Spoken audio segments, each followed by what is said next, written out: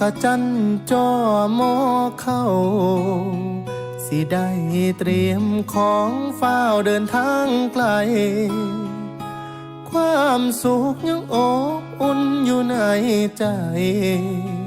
เก็บภาพเอาไว้ถ้ามาเบิ่งบัดใจเงา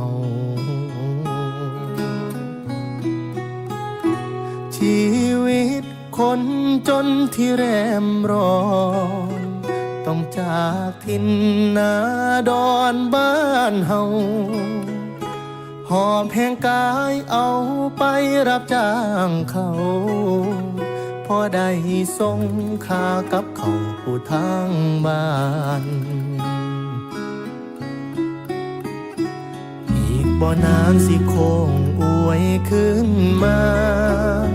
เมื่อสงกรานต์ออกพรรษาปี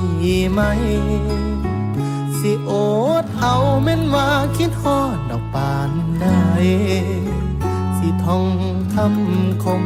ใจไว้ซาก่อน